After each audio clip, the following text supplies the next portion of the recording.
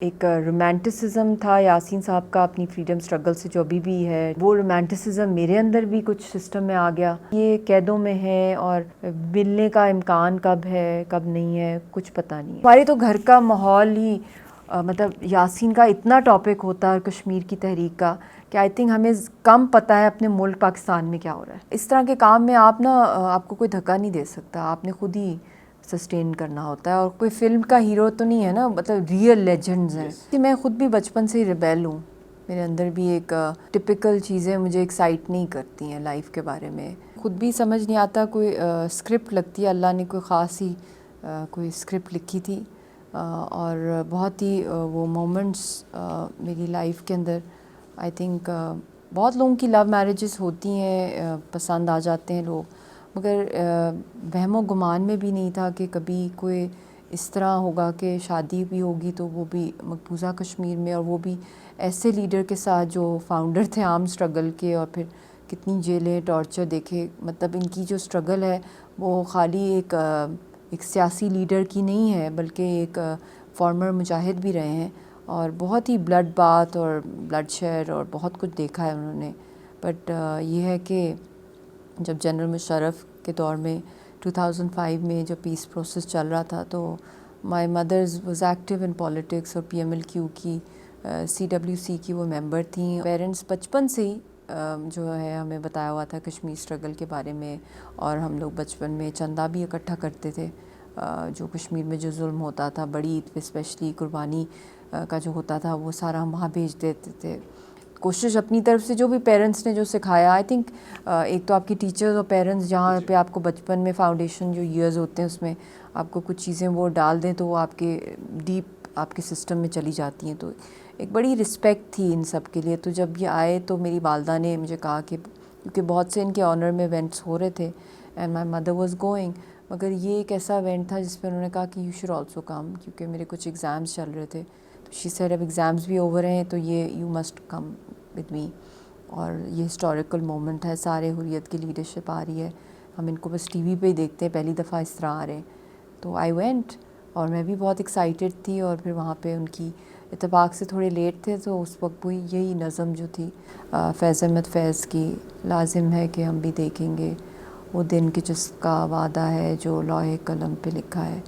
تو اس زمانے میں اتنی اردو پوئٹری کا پتہ نہیں تھا، بٹ جب وہ ریسائٹ کر رہے تھے کیونکہ ان کی آواز میں اتنا درد تھا، اتنا غم تھا، اتنا غصہ تھا، سارے ایموشنز آپ مکس کر لیں جو کہ ایک ریبیل میں ہوتے ہیں، ایک فریڈم فائٹر میں. تو میرے لیے تو ایک فرسٹ ٹائم ایکسپیرینس تھا ایک ایسے لیجنڈ کو دیکھنا. تو میں تو میزمرائزڈ ہو گئی تھی ان کی اسٹرگل کے بارے میں. تو نیچرلی آٹوگراف لی میں نے ان کی، اور بھی بڑے لوگ ان کے ارد گرد آٹوگراف لے رہے تھے. تو پھر اس کے بعد انہوں نے ہمیں انوائٹ کیا اپنی سگنیچر کیمپین کے اوپر. آج بھی وہ آٹوگراف میرے پاس محفوظ ہے ان کی. اور پھر اس کے بعد ہم ان کی سگنیچر کیمپین پہ گئے. پھر آگے سے آگے ان کی جرنی کو اسٹڈی کرنے لگ گئی میں.